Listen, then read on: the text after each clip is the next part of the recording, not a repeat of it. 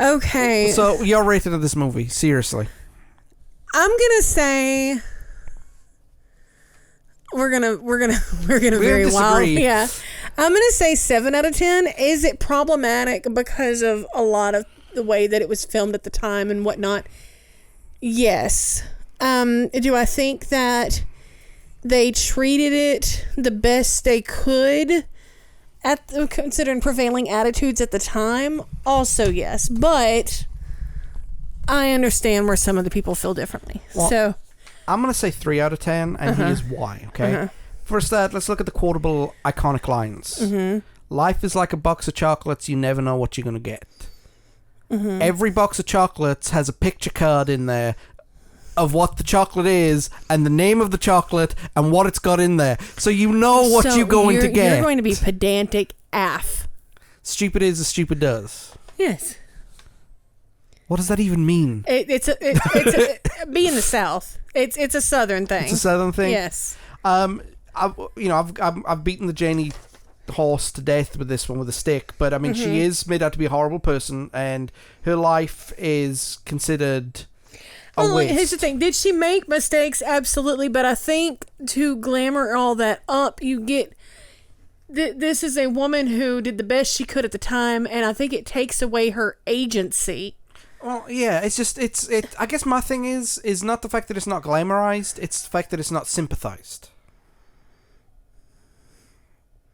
Well, it is. At the end, when you find out that she's dying. Well, no. I mean, Forrest is sympathetic with her the entire time. Nobody else is. Well, no, but nobody else would have been to any woman at the time, which sucks. I understand that, but that's where I'm... Right, no, and I get that. But if you're going to do it true to attitudes at the time, it has to be portrayed that way, and it's portrayed through his lens.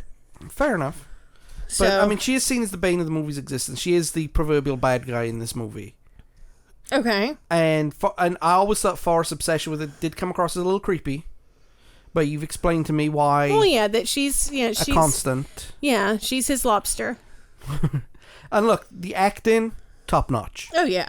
Everybody did their job. Mwah, je ne sais quoi, right? Yes. Beautiful. Yes. But the lightheartedness is almost too light. Too... diabetes, saccharin-inducing, just...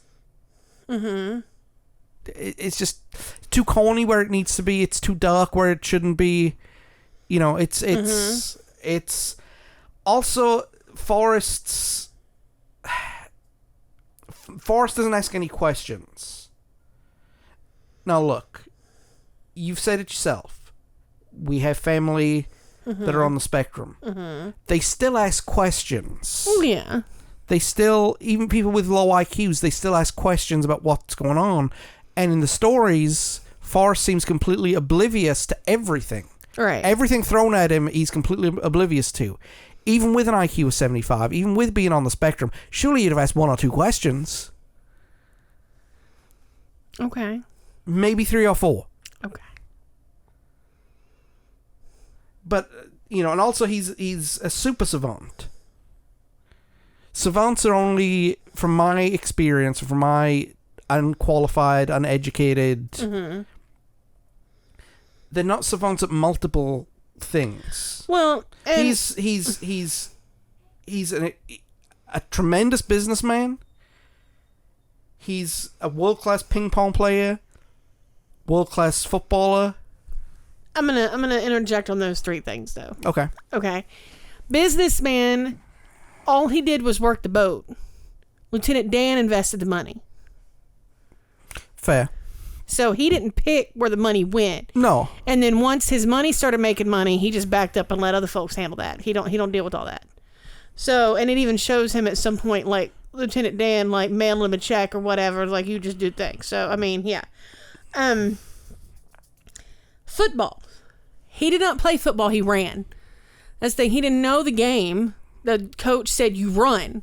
That's all you need to do is you take this ball and you run. Because that's all he knew to do was run. Yeah.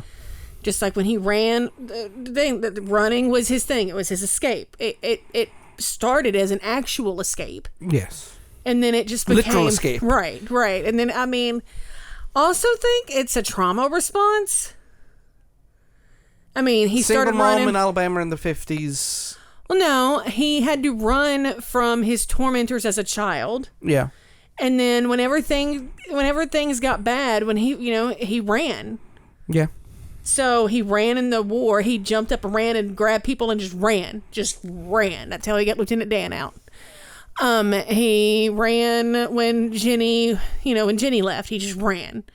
So that tricks but the ping pong thing, that is an actual that is perfect for somebody on the spectrum, because you hyper focus. This is your thing.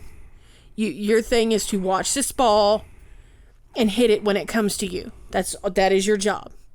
So with that being like the things that you listed as to why, I actually think that could work. Okay. Does that make any sense? Yeah, I get what you're saying. I promise, I'm not trying to be super argumentative with you this episode. I feel like I'm like, erg. No, this is fun. This is fun.